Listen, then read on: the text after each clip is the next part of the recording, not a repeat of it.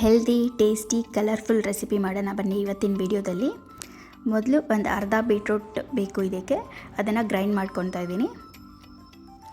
ಆಮೇಲೆ 1.5 ಕಪ್ಪಷ್ಟು ಗೋಧಿ ಹಿಟ್ಟು ತೊಗೊಂಡಿದ್ದೀನಿ. ಅದಕ್ಕೆ ಎಳ್ಳು, ಉಪ್ಪು ಮತ್ತು ಕರಿ ಜೀರಿಗೆ ಇದಿಷ್ಟು ಹಾಕ್ಕೊಂಡು ಬೀಟ್ರೂಟ್ ನಾವೇನು ಗ್ರೈಂಡ್ ಮಾಡಿ ಇಟ್ಕೊಂಡಿದ್ದೀವಲ್ಲ ಅದನ್ನು ಮಿಕ್ಸ್ ಮಾಡಿ ಹಿಟ್ಟನ್ನು ಕಲಿಸ್ಕೋಬೇಕು.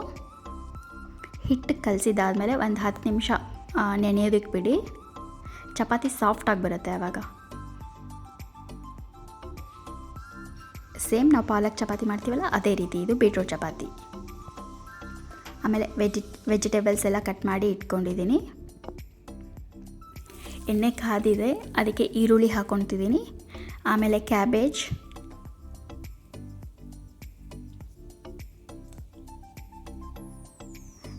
ಕ್ಯಾರೆಟ್, ಆಮೇಲೆ ಬೀನ್ಸ್ ಇದಿಷ್ಟು ಹಾಕ್ಕೊಂಡು ಫ್ರೈ ಮಾಡ್ಕೊಳ್ಳಿ.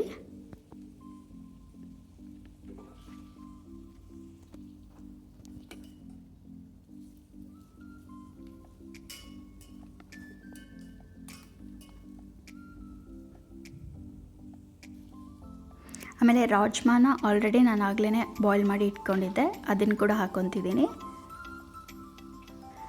ಲಾಸ್ಟಲ್ಲಿ ಟೊಮೆಟೊ ಹಾಕ್ಕೊತಿದ್ದೀನಿ. ಟೊಮೆಟೊ ಸಾಫ್ಟ್ ಇರೋದ್ರಿಂದ ಬೇಗ ಬೇಯುತ್ತೆ, ಹಾಗಾಗಿ ಲಾಸ್ಟಲ್ಲಿ ಹಾಕ್ಕೊತಿದ್ದೀನಿ.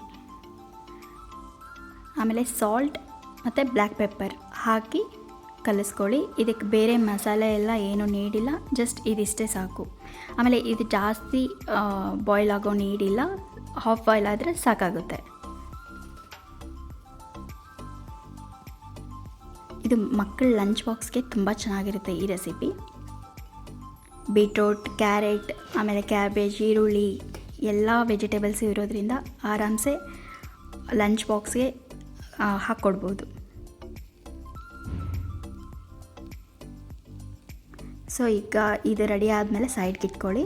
ಈಗ ಗ್ರೀನ್ ಚಿಲ್ಲಿ ಪೇಸ್ಟ್ ರೆಡಿ ಮಾಡ್ಕೋಬೇಕು. ಒಂದು ಸ್ವಲ್ಪ ಮೆಣಸಿನ್ಕಾಯಿ, ಹಸಿಮೆಣಸಿನ್ಕಾಯಿ ಮತ್ತು ಕೊತ್ತಂಬರಿ ಸೊಪ್ಪು, ಬೆಳ್ಳುಳ್ಳಿ, ಜೀರಿಗೆ, ಉಪ್ಪು ಇದಿಷ್ಟು ಹಾಕ್ಕೊಂಡು ಗ್ರೈಂಡ್ ಮಾಡ್ಕೊಳ್ಳಿ.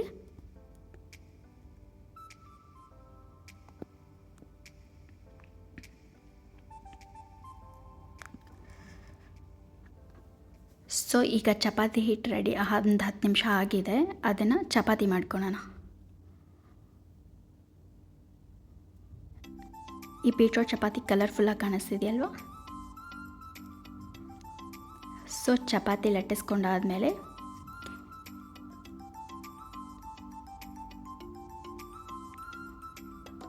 ಬೇಯಿಸ್ಕೊಳ್ಳಿ.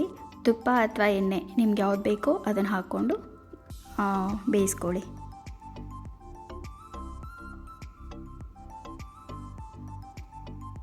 ಇದು ಕಲರ್ಫುಲ್ಲಾಗಿ ಕಾಣುತ್ತಲ್ವ, ಮಕ್ಕಳು ಆರಾಮ್ಸೆ ಬೇರೆ ವೆರೈಟಿ ಫುಡ್ ಅಂತ ಹೇಳಿ ತಿಂತಾರೆ.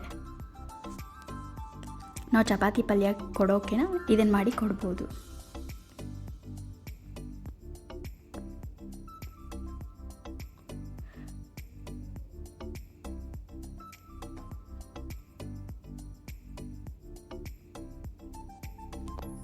ಸೊ ಈಗ ಬೇಯಿಸ್ಕೊಂಡಿದ್ದಾದಮೇಲೆ ಗ್ರೀನ್ ಚಿಲ್ಲಿ ಪೇಸ್ಟ್ ನಾವಾಗಲೇ ಏನು ರೆಡಿ ಮಾಡ್ಕೊಂಡಿದ್ವಲ್ಲ ಅದನ್ನು ಹಾಕ್ಕೋಬೇಕು. ಅದನ್ನು ಎಲ್ಲ ಕಂಪ್ಲೀಟ್ ಎಲ್ಲ ಕಡೆ ಸ್ಪ್ರೆಡ್ ಮಾಡ್ಕೊಳ್ಳಿ. ಸ್ಪ್ರೆಡ್ ಮಾಡಿಕೊಂಡು ವೆಜಿಟೇಬಲ್ಸ್ ನಾವಾಗಲೇ ಏನು ಫ್ರೈ ಮಾಡಿ ಇಟ್ಕೊಂಡಿದ್ವಲ್ಲ ಅದನ್ನು ಕೂಡ ಹಾಕಿ ರೋಲ್ ಮಾಡ್ಕೊಳ್ಳಿ. ಆಮೇಲೆ ಮಕ್ಕಳಿಗೆ ಗ್ರೀನ್ ಚಿಲ್ಲಿ ಪೇಸ್ಟ್ ಅವ್ರು ಖಾರ ತಿಂತಾರೆ ಅಂದರೆ ಹಾಕ್ಕೊಳ್ಳಿ, ಇಲ್ಲ ಅಂತಂದರೆ ಅದು ಬೇಡ, ಸ್ಕಿಪ್ ಮಾಡಿ. ಬರೀ ವೆಜ್ಜಸ್ ಮಾತ್ರ ಹಾಕಿ ಕೊಡ್ಬೋದು. ತುಂಬ ಟೇಸ್ಟಿಯಾಗಿರುತ್ತೆ, ಹೆಲ್ದಿ ರೆಸಿಪಿ ಇದು. ನೀವು ಕೂಡ ಒಂದ್ಸತಿ ಟ್ರೈ ಮಾಡಿ ಹೇಗೆ ಬಂತು ಅಂತ ಹೇಳಿ.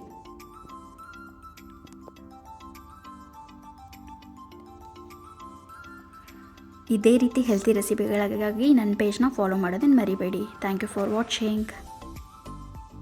Thank you.